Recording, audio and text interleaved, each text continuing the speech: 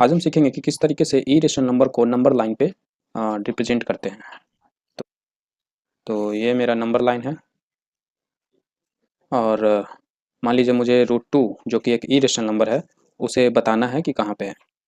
तो मान लेते हैं ये ओरिजिन है और ये 1, ये 2, ये 3 इस तरीके से, और इधर -1, -2 up to -infinity and +infinity. तो मुझे √2 को बताना है कि कहाँ है। तो √2 का वैल्यू हम लोग जानते हैं 1.414 होगा। तो इससे हमें पता चलता है कि ये 1 और 2 के बीच में होना चाहिए, पर कहाँ पे। तो इसके लिए हम एक पाइथागोरस थ्योरम का यूज़ करेंगे। तो इसमें हमें एक राइट एंगल ट्रायंगल बनाना होगा। तो मुझे इस हाइपोटेनस को √2 रखना है, मेरा हाइपोटेनस √2 होना चाहिए। जिसका भी आपको करना है वो आप हाइपोटेनस पे उसका वैल्यू रख दो। और मुझे यहाँ पे पता करना है कि जब हाइपोटेनस √2 होगा तो परपेंडिकुलर और बेस को ऐसा क्या रखे कि √2 हो जाए हाइपोटेनस। जब हाइपोटेनस √2 होगा तो परपेंडिकुलर और बेस क्या होना चाहिए। तो परपेंडिकुलर अगर एक और बेस भी अगर एक रहे तो हाइपोटेनस √2 हो सकता है। अब हम यही काम यहाँ पे करते हैं। तो बेस 1 रखते हैं, ये 1 हो गया मेरा, और परपेंडिकुलर भी इतना ही दूरी का लंबा स्केल से आप मेजर कर लीजिएगा और 1 रखेंगे। तो ये मेरा हो जाएगा √2। अब आप अपने कंपास का यूज़ करके, ये कंपास का नीडल वाला पॉइंट यहाँ रख के और पेंसिल का पॉइंट यहाँ रख के आप इसे इस तरीके से आर्क बनाइए। ठीक है, आप इसे एक पूरा सर्कल बनाइए। तो जैसा कि हम लोग जानते हैं कि सर्कल का रेडियस, हालांकि ये सर्कल अच्छा नहीं बना है, फिर से ट्राई करते हैं। हाँ,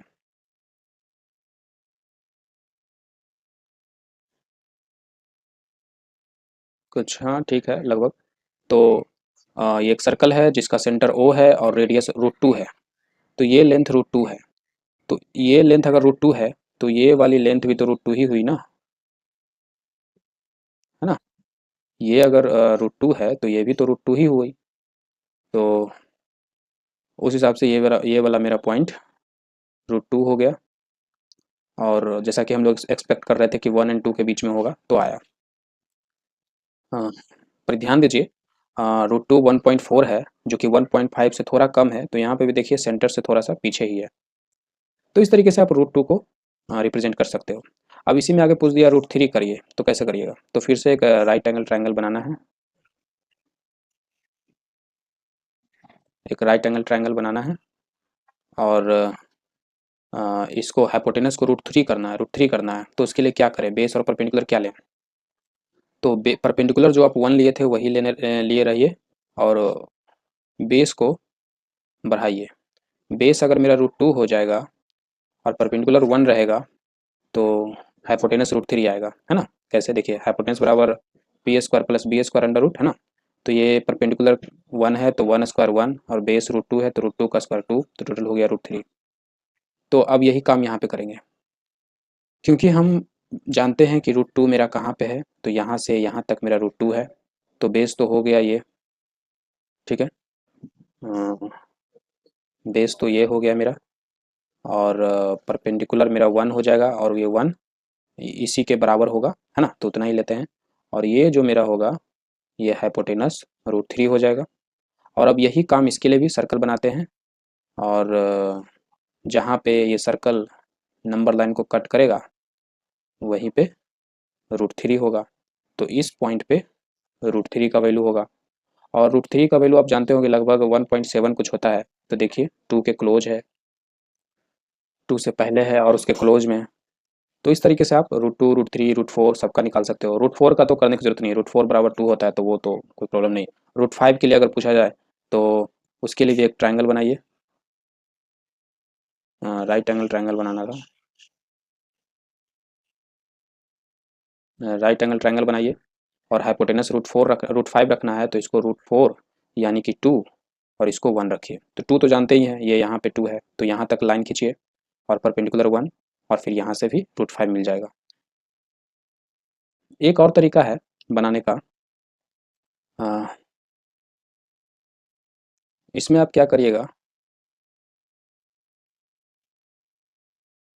इसमें मान लीजिए ये मेरा स्ट्रेट लाइन है और ये 0 है, ये 1 है, ये 2 है। मुझे मान लो √2 करना है, तो ये 1 और ये 1, ये √2 हो गया। अब मान लीजिए √3 करना है, तो ये √2 हो गया मेरा, है ना।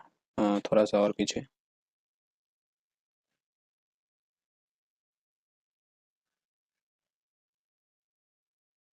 तो ये √2 हो गया, ये वाला पॉइंट। अब मुझे √3 करना है, तो √3 के लिए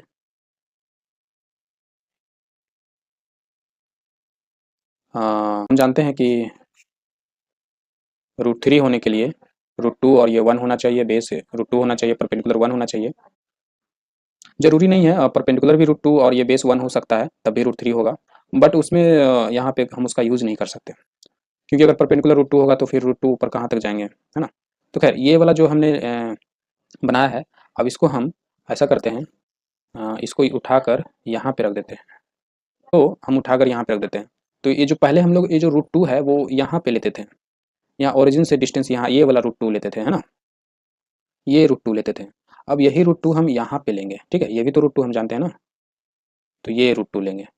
तो ये मेरा √2 और ये 1, ठीक है, ये 1 तो हम स्केल से मेजर कर लेंगे और 90 डिग्री रखेंगे, और फिर यहाँ से एक ऐसे बनाएंगे, तो ये √2 और ये 1, तो ये तो पक्का √3 ही होगा। और फिर यहाँ से एक सर्कल बनाएंगे, तो ये जो यहाँ पे आएगा वो मेरा √3 होगा।